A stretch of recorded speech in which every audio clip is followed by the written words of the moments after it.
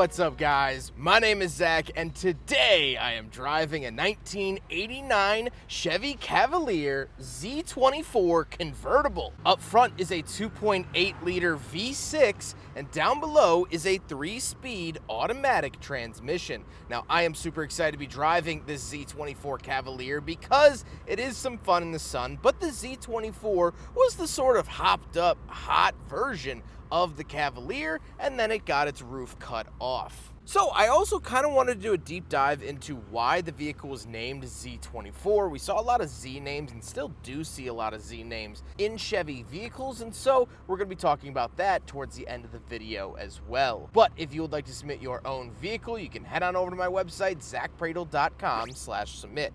It's a quick and easy submission form. It takes under a minute to fill out, and I come out to you. But let's get back to that 2.8 liter V6 under the hood. Well, that is a holdover from the first generation of Cavalier. You can find the first gen Cavaliers with this same engine, and this generation started only 1 year prior in 1988. This engine is good. This is the hopped up engine offered. The standard Cavalier came with a 2 liter inline 4, so this does offer a nice jump in torque and power. This engine would later go on to be sort of mushed, mashed, and changed into the 3100 that we saw in GM products throughout the 90s. So this engine would have a very long life, albeit with some modification. Like I said, paired to it is a 3-speed automatic transmission. There was one of 2 transmissions offered. All Cavaliers either got the 3-speed auto or 5-speed manual, and this is the automatic version. Last but not least, the Z24 Cavalier convertible is front-wheel drive. How does it feel to drive the Cavalier convertible? Well, it is really, really nice. First of all, like I said, that V6 is definitely a big upgrade over the inline 4. And the Z24 as a whole, the sporty package, really does offer a nice change over standard Cavaliers. And I feel like I always get on my high horse talking about these cars and saying, oh, there was affordable, fun cars back in the day. In today's market, if you want a really fun car, you have about 5 options. But here in 1989, you could have gotten this, or the Sunbird, or the Beretta Z26. Could have gotten the Geo Metro LSI. I mean, that's just to name such a small portion, but this car is fun to drive, which is my ending point. With that stuff out of the way, let's talk about the interior. Well, in front of me, I have 6 gauges. Off to the left is my speedometer. In the center, I get my coolant temperature, oil pressure, battery voltage, and fuel. And off to the right, I get my tachometer. Now, you could find these with digital gauges. This vehicle did not get that option,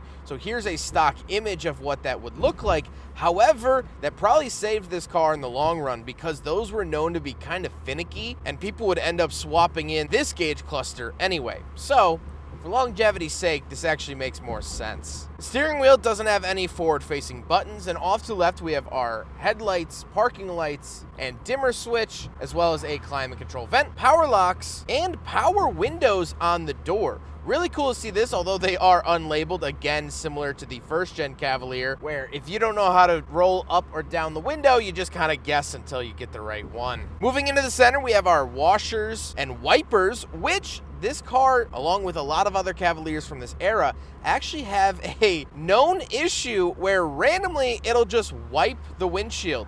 The windshield wipers will just go one single time at a very random interval. No rhyme or reason for it, it's just one of those quirky things. Down below we have 2 more climate control vents and the climate controls. Incredibly simple climate controls, very, very basic here. And we do have a cigarette lighter. We have an aftermarket radio, pull-out ashtray, and some holders for some cassette tapes. And moving down to the shifter, very standard GM shifter, big chunky plastic button on it. Nothing really too crazy there. Some coin holders and storage cubbies and parking brake, meaning the Z24 Cavalier from 1989 does not have any cup holders, so it fails the big friggin' bottle test.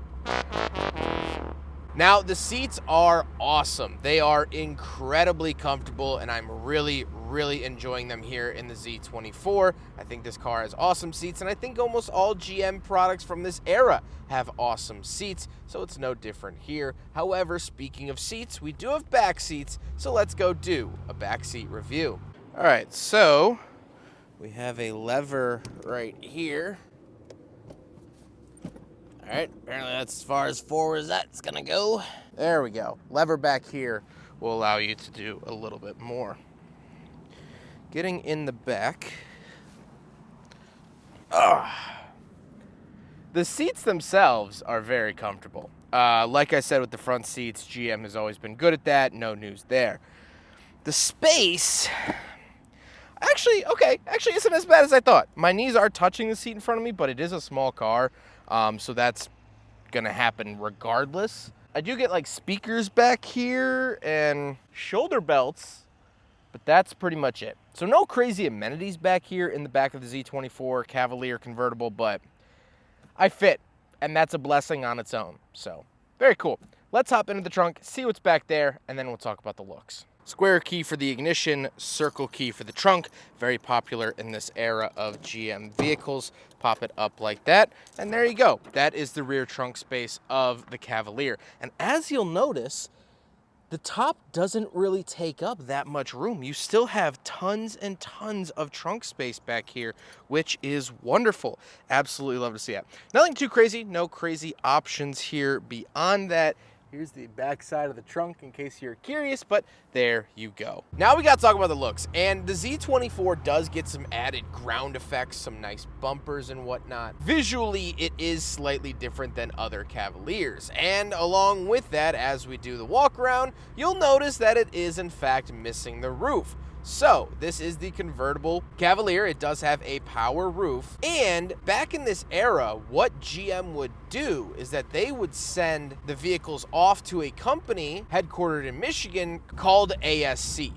ASC had been around since the 1960s, and they converted cars into convertibles. However, they were so good at their job that a lot of manufacturers would just build coupes and then send them to this company. They'd chop the roof off, add the mechanism, and they would sell them on dealer lots as factory convertibles. And this is one of those cars. So you'll see on the inner door jamb that it does have an ASC badge. It says when it was converted and all that. But this is a proper factory convertible. It was just done by someone else who Chevy gave their blessing to. But with all that being said, let's get on to my final thoughts. What do I think driving a Z24 Cavalier? Well, I really like this car. I've driven so many J-bodies here on the channel. I was excited to include this one in that category and lot, but I also wanted to spend some time and talk about Z24. As someone who has a Z name, I've always been fascinated.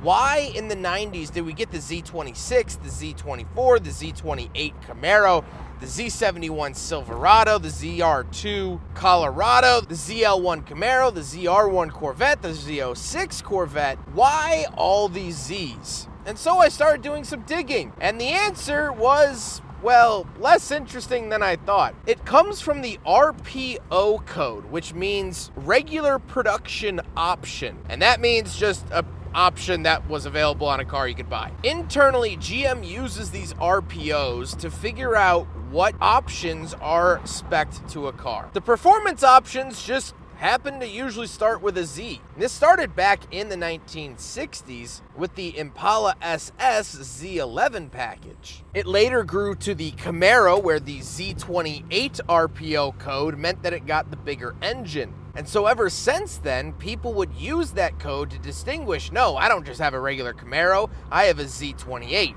And Chevy themselves embraced it. They're like, yeah, that is a Z28. Let's put badging everywhere. So much so that even in the 1980s with the IROC Z, that wasn't an RPO code, but the letter Z was so synonymous with performance in Chevy that they named it the IROC Z, International Race of Champions Z, meaning performance. So it's not as cool or hard to understand as I really genuinely thought, but hey, here's a Z24 Cavalier, and I have definitely enjoyed my time in it. I hope that you guys enjoyed the video. Huge thank you to Jim for letting me take out his Cavalier. We've been trying to set up this review forever. Jim has not only been a wonderful person to work with, but he has been an awesome mentor to me over the last several years in the automotive space. And so truly, from the bottom of my heart, thank you, Jim, for all that you've done for me and all that I'm sure you will continue to do for me over the next coming years. I appreciate you very, very very much. But I also appreciate you guys checking out this video. So don't forget to rate the video, comment on the video, and subscribe if you really liked it.